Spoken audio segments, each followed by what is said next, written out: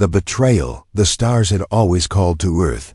When the Galactic Union first opened its gates to humanity, the people of Earth believed it was the beginning of a new age. Peace, progress, and friendship were promised. The leaders of Earth shook hands with beings from across the galaxy, offering their knowledge, their hope, and their loyalty. In return, they asked only to be treated as equals, but the galaxy had other plans to the other species. Earth was a child. Weak, emotional, impulsive. Its people were seen as unpredictable and dangerous, not because of their weapons, but because of their potential. The Union feared what humans might become if given time. And so, behind closed doors, a decision was made in a silent vote. Every alien race in the Union agreed. Earth would be cut off. Their technology would be blocked. Their colonies would be seized. Their leaders would be isolated and ignored. And if they resisted, they would be destroyed. The betrayal came like a storm. Human colonies across nearby systems were attacked without warning. Satellites went offline. Supply routes were severed. Even Earth's own space stations were disabled by false security codes that had been quietly planted by their so-called allies.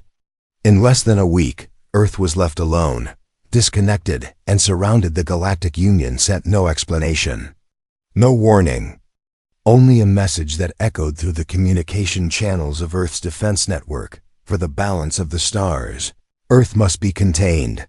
Panic spread across the planet. Cities watched helplessly as the skies above them filled with enemy ships. Earth's leaders called for peace, for negotiation, but their words were ignored. The Union had made its choice. The final blow came when Earth's own ambassador, a man who had lived among the aliens for more than a decade, was turned away and left drifting in space. No ship came to rescue him. No voice replied to his desperate calls. It was as if humanity had been erased from the galaxy. But Earth did not fall for a while. It went silent. As months passed, the galaxy assumed that humanity had accepted defeat. The Union moved on, dividing Earth's old colonies among themselves, replacing human outposts with their own symbols, and teaching their children that the humans had been too wild to trust. But beneath the surface of Earth, deep within mountains and oceans, something else was happening. The people of Earth had learned a painful truth. They understood now that promises meant nothing in the stars. Trust was a weapon. Smiles could hide knives. And peace could be shattered in a moment. They had been naive once. That was over now. In hidden labs and deep bunkers, engineers and scientists began building in secret. Not with the old designs they once shared with the Union, but with new ideas born from pain and fury. Across the planet, minds united not for revenge, but for survival. The betrayal had forged something new in them, something harder, sharper, and while Earth's skies looked empty, far beyond the outer planets, ships began to move silently. Not many, but enough. They carried no flags, no names. Only purposed children were taught a new history, one that reminded them every day of who turned their backs when Earth needed them most. Soldiers were trained not just to fight, but to outthink. Every lesson was written with one goal: to never be weak again. Earth no longer reached out to the stars. It watched them, listened, waited, and slowly it changed. 10 years passed. The Union believed Earth was broken and forgotten. When aliens spoke of humans, they did so with a quiet laugh or a bored shrug. A failed race, they called them. A warning for others, but in the quiet of deep space, a strange signal began to echo. It was brief, almost hidden beneath the noise of the stars. But it repeated every cycle. Always the same words: we remember. The message appeared on a Union trading station one morning. A low-ranking officer found it carved into the side of a docking port. He reported it to his captain, who laughed and called it a prank. 2 weeks later, the station went dark. No distress signal, no survivors. Just silence. The Union sent investigators. They found no damage, no signs of a fight. Every door was open, every system untouched. But the station's central command panel displayed a message written in plain human script. This is only the beginning, and just like that, the galaxy began to feel the chill of fear again. It was not loud. It was not fast, but it was real. Ships started disappearing. Colonies went quiet. Communication systems crashed for hours without reason.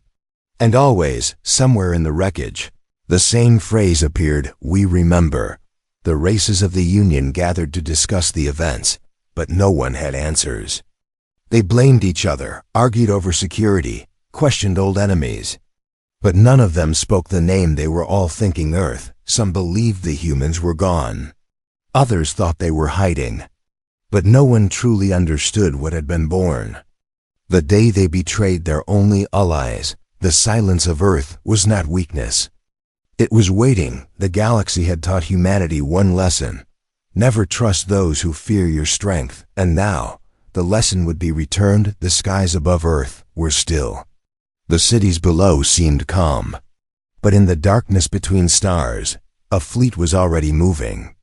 Quiet, controlled, unseen humanity was coming back, not as a friend, but as a force that would never kneel again. Awakening. For a long time, the galaxy stayed blind. The races of the Union believed Earth had faded into dust and memory. They wrote stories about human pride and human failure. They painted humans as fools who dreamed too big and paid the price. Their academies removed Earth from their records. Their leaders spoke of peace and unity, but beneath their smiles lived the memory of what they had done, yet whispers began to rise. It started with a small freighter ship that failed to arrive at a trading post. The crew was experienced. The route was simple. No pirates operated in that region, but the ship never returned. The Union sent search drones. Nothing was found except the ship's last message: "We are not alone out here." The Union brushed it off as technical failure. Ships sometimes vanished in deep space. But then it happened again and again. Ships gone without trace. Station silent. Warnings ignored. One of the first races to grow concerned was the Tharo. They had been among the loudest voices in the vote to betray Earth. Their trade routes were now suffering from strange disruptions. Their merchants spoke of shadows in the stars and systems that once felt safe, now felt colder. Tharo scout ship was sent to a quiet moon where a listening post had gone silent. The ship landed safely. The crew stepped out. The base looked untouched. Doors were open. Lights flickered. No damage. No signs of battle, but there was no one inside. No bodies. No struggle. Every personal item left behind. Meals still on tables. Logs still running. It was as if everyone had simply vanished in the middle of life. The only thing the scout crew found was a single message scratched into the wall of the command room: "We remember the silence you gave us." The Tharo captain returned to his ship with shaking hands. He sent a full report to Union command. He told them this was no accident. Something was moving through the stars. Something careful. Something angry. His message was marked as exaggerated and dismissed. Weeks later, his ship disappeared across the galaxy. Fear began to spread in small cracks. Stations added new patrols. Fleets were placed on alert.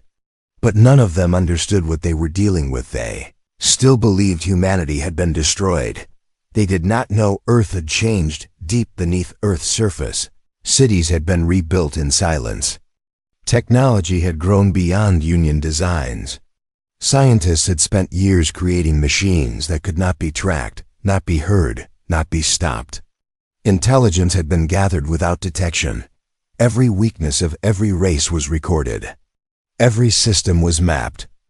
Every blind spot known. Children had grown up in a world that taught them the truth of betrayal. They were trained from a young age to be sharper, faster, harder. Not out of hate, but out of duty. Humanity had not returned to take revenge. It had returned to show the galaxy what it meant to survive without mercy. The first human fleet did not arrive with a roar. It came in silence. A single ship entered a Union-controlled sector near a mining colony. No threat was spoken. No warning given. The ship landed on the surface and stayed still. Union forces surrounded it with weapons ready. They gave orders, demanded answers. The human ship did not respond until it opened. A figure stepped out wearing armor that shimmered like glass and stone. No flag, no face. Only a voice that spoke into the minds of every soldier around. This place belongs to Earth now. Before they could respond, the ship activated a pulse. Every weapon around was disabled. Every communication line cut. Every drone frozen. And then the figure vanished. When Union reinforcements arrived, the colony was empty. Miners gone. Guards gone. No sign of struggle. Only a single beacon pulsing on the ground. We do not forget. Panic began to grow. Union command called emergency meetings. Some demanded an attack on Earth. Others urged caution. No one knew where the humans were striking from. No ship was seen leaving Earth. No transmissions were being traced. But more colonies kept going. Silent A station near the Vora Nebula tried to escape with all its data. A crew of scientists believed they had found something in old human code. They loaded it into a transport ship and fled into deep space. They were never seen again. All that was recovered was a small drone that drifted into a Union defense zone. It carried a single data file. A message recorded by one of the missing scientists. He spoke with terror in his voice. He said the code was alive. It had watched them, followed them. He said humans were no longer just soldiers. They had become something more. They became the Storm Union. Systems began shutting down randomly. Satellites reprogrammed themselves. Artificial intelligence cores reported unknown activity before going dark. Ships changed course without command. Stations locked their own doors, and in every corner of the galaxy, a phrase began to appear we remember. The fear grew stronger. Races that once mocked humanity now feared to speak their name. They whispered of ghosts with human faces. Machines that felt no heat. Soldiers who moved without light.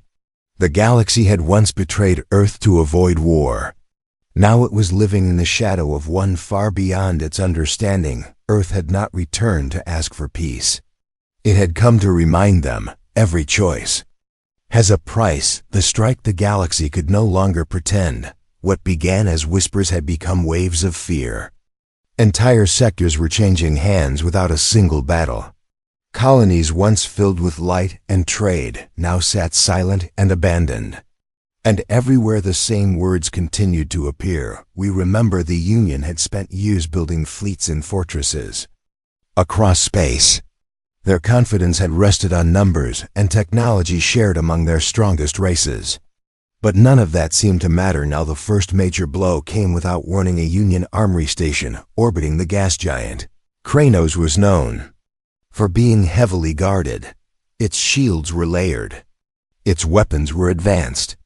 Hundreds of trained soldiers lived inside its walls. The Union believed it was safe, but one night the stars around it blinked, not all at once. Just a few at first, then more, until the entire system went dark. No sun, no moon, no signals. Just a quiet sky inside the station. Confusion spread.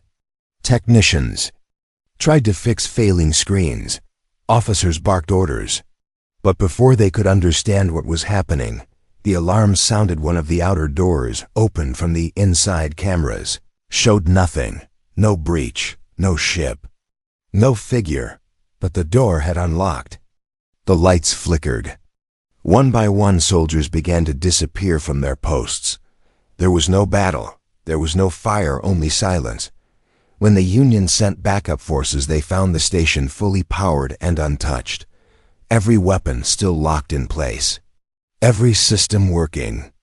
But not a single soul remained inside. In the center hall, someone had carved a message into the floor. This is not war. This is memory. The Union tried to hide the news, but it was too late. The story spread faster than light. Races that once felt powerful now questioned their safety. Some leaders ordered their ships to fall back. Others prepared for war.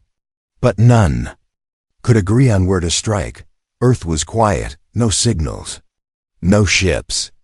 Just shadows moving across the stars. One by one, Union fleets tried to take control. They sent groups into human-controlled zones. None returned in the Drakkar sector. 6 ships entered what they thought was an empty system. Minutes later, their signals vanished. A nearby listening post recorded something strange. It heard the ships talking, then silence. Then the voice of a human child singing a song from Earth's past. The Union could no longer lie to itself. This was not a rogue group of survivors. This was Earth. This was organized. This was planned. And it had only just begun. Across Earth, underground command centers were alive with motion. Screens lit with maps of Union space. Analysts tracking movement. Generals giving quiet orders. But they did not cheer. They did not laugh. They simply worked. Earth's goal was not destruction. It was understanding. It was balance. It was the slow, careful return of power to those once left in the dark. A small team of human operatives was sent to a moon base where an old Earth colony had once thrived before being taken by the Union. They arrived with no noise. Their suits made them invisible. Their weapons were not loud, but precise. Inside the base, alien officers were hosting a meeting. They spoke of supply chains and how best to defend against human tactics. They believed Earth still followed old war patterns. They believed wrong. The lights cut off, the air changed, and in under 3 minutes, every officer was unconscious. The humans left without touching anything else. Only one screen remained on. It showed an old photo of Earth taken from space and the words, "You taught us silence. We made it strength." The Union tried to respond with strength of its own. It gathered its largest fleet near the center of the galaxy. Hundreds of ships, thousands of fighters, weapons loaded and aimed at the darkness, but Earth never came. Instead, a single small craft appeared. It sent no message. It moved slowly. Some thought it was lost. Others believed it was bait. The fleet locked onto it with every weapon ready. When the commander gave the order to fire, nothing happened. The controls failed. The targeting systems went blank. Even the engines powered down from the small craft. A pulse was sent. Not energy, not radiation, just data. A copy of every secret held by the Union. Every hidden vote. Every betrayal. Every lie. Broadcast lived to every planet in the galaxy. Earth was not just striking bodies. It was striking truth. Suddenly those who had once voted to betray Earth were no longer safe. Their own people began to question them. Their words lost power. Their alliances began to crumble. The Union was bleeding without a single bullet fired. Inside Earth's command rooms, the focus remained sharp. No celebration, no distractions. The mission was still going. One by one, systems would be reclaimed. Not through destruction, but through awakening. Every human soldier had been trained not to hate, but to endure. Their pain had become their tool. Their patience had become their weapon. And now they were using both to reshape the galaxy. A planet once used as a prison for human rebels was retaken in a matter of hours. But instead of executions, the humans offered those imprisoned a choice. Return home or stay and rebuild. They stayed. Galaxy watched as Earth did what the Union could not. It fought with purpose. It moved with control. And it never lost focus. But the final sign of Earth's rise came when the capital world of the Union received a visitor. A lone drone entered its orbit. It was allowed in because it carried no weapons. It landed on the central plaza. Authorities gathered. Citizens watched. No one knew what it would do. It opened inside was a message: "You built a galaxy without us. Now you will watch as we build one without you." Fear turned into silence. Silence turned into respect. And respect turned into surrender. The Union was no longer in charge. Earth was no longer in exile. The stars had shifted. And those who once stood above now stood behind the judgment. The galaxy was no longer the same Union. Banners still hung over buildings, but no one looked at them with pride anymore. Fleets remained in orbit, but their weapons were silent and their crews afraid. Messages sent from Union headquarters were filled with desperate calls for peace, but those messages now echoed into a space that no longer listened. Earth had not come to destroy planets or burn cities. It had come to show the cost of betrayal. Every strike was planned. Every mission had meaning. The goal was not revenge but justice. And that justice was now ready to speak. A signal was sent to every major world across Union space. The message was short and clear. The trial begins in 7 days. Let them answer. The galaxy froze. For the first time in its long history, the Union was not calling the meeting. Earth had chosen the place and the time. And no one dared to say no. The trial would be held on the same station where the betrayal vote had taken place years ago. A station once called the Heart of Unity, a name now spoken only with shame. When the day came, every seat in the grand hall was filled. The leaders of each race stood in silence. No soldiers guarded the doors. No weapons filled the sky. Only humans walked the halls, calm, focused. Ready at the center stood a simple platform. No throne, no judge. Just a place to speak. A human stepped forward. Not a soldier, not a general. Just a woman with calm eyes and a voice that carried strength. She looked at the crowd without anger and began to speak. She spoke of Earth's past, of the hope it once carried when it joined the Union, of the peace it believed in. She reminded them of the promises made and the lies spoken. She did not raise her voice. She did not need to. The truth spoke louder than any weapon. One by one the leaders were called to speak. Not to defend their actions, but to explain them. Some tried to shift blame. Some claimed fear. Some said they were only following others. But their words fell empty. One leader spoke of how his people had warned that Earth was dangerous. He said the vote to betray was meant to stop a greater threat. But his voice shook and his eyes could not meet the human gaze. Another leader broke down in tears. She admitted that her race had gained wealth from Earth's fall. She said they had traded honor for profit. Her words were honest but heavy with guilt. The trial lasted for hours. Not a single human shouted. Not a single human judged. They only listened. They wanted the galaxy to see itself outside the station. Billions watched the broadcast. Across planets and moons, people saw their leaders speak truths long buried. Protests broke out. Monuments were torn down. Old beliefs were questioned. The galaxy was waking up, but the most powerful moment came when a child from a distant planet was brought forward.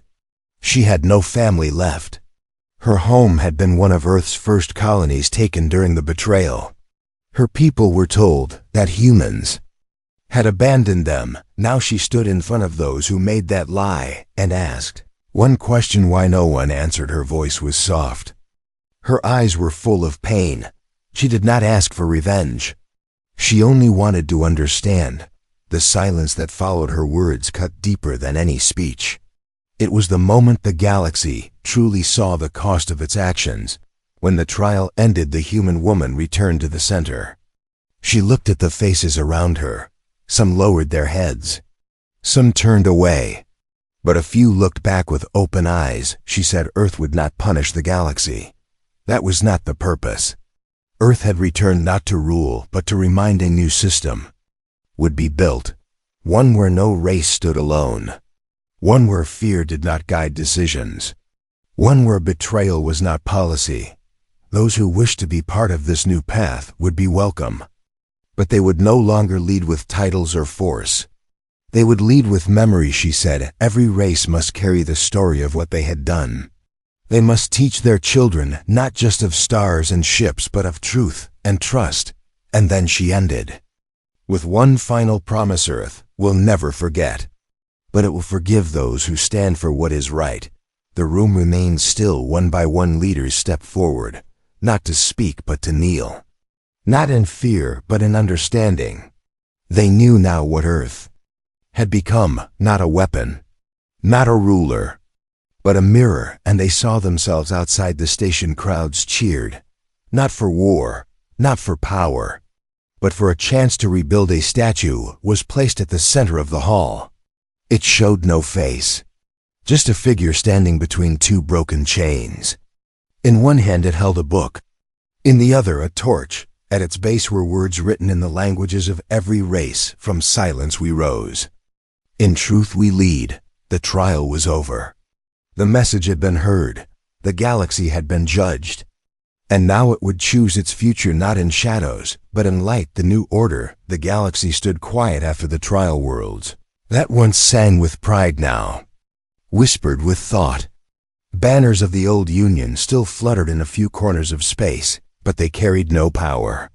Their meaning had faded. Their weight had vanished.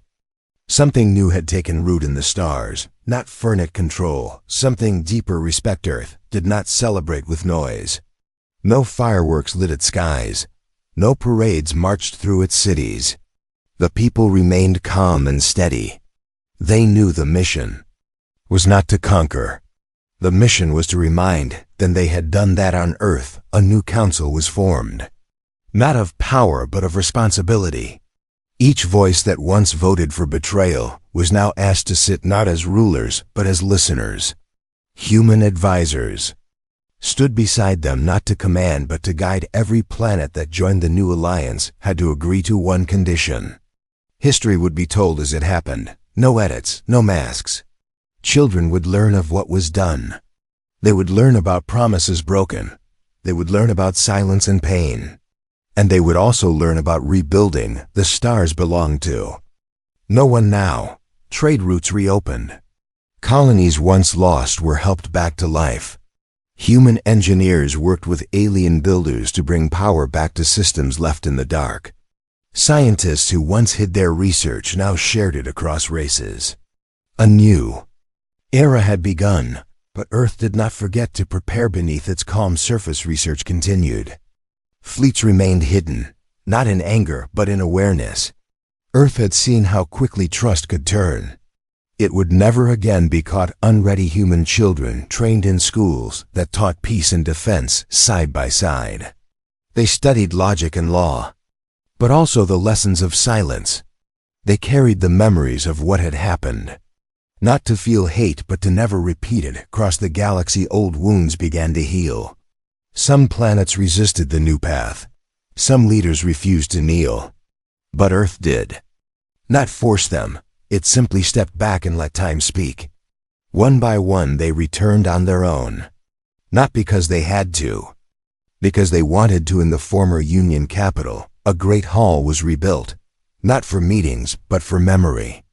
It held no chairs, only lights and names. Names of every human who had vanished during the years of betrayal. Names of every colony lost.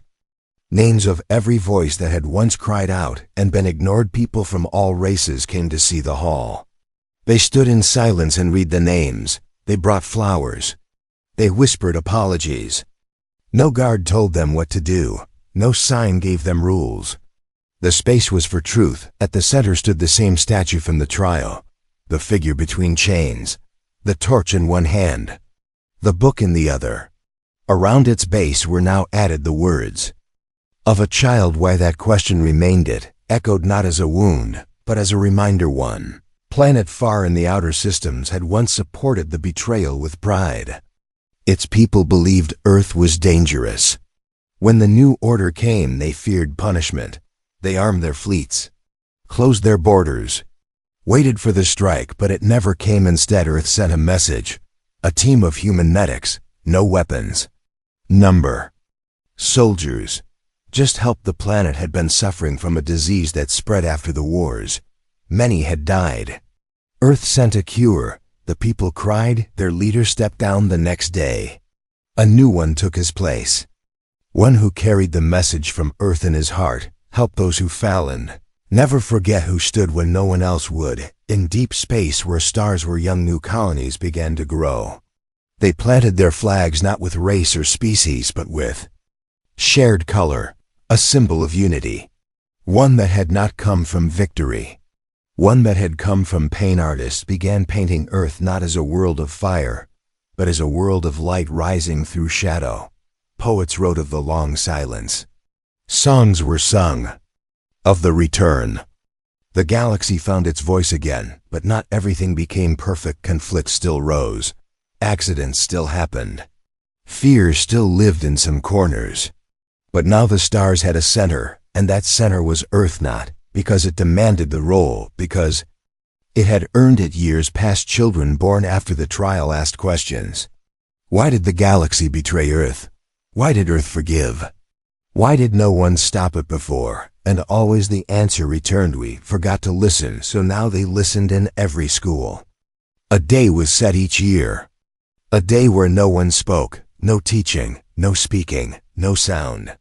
Only silence. It was called the Day of Memory. On that day, they all remembered the time when silence was used to kill trust, and how Earth used that same silence to build strength.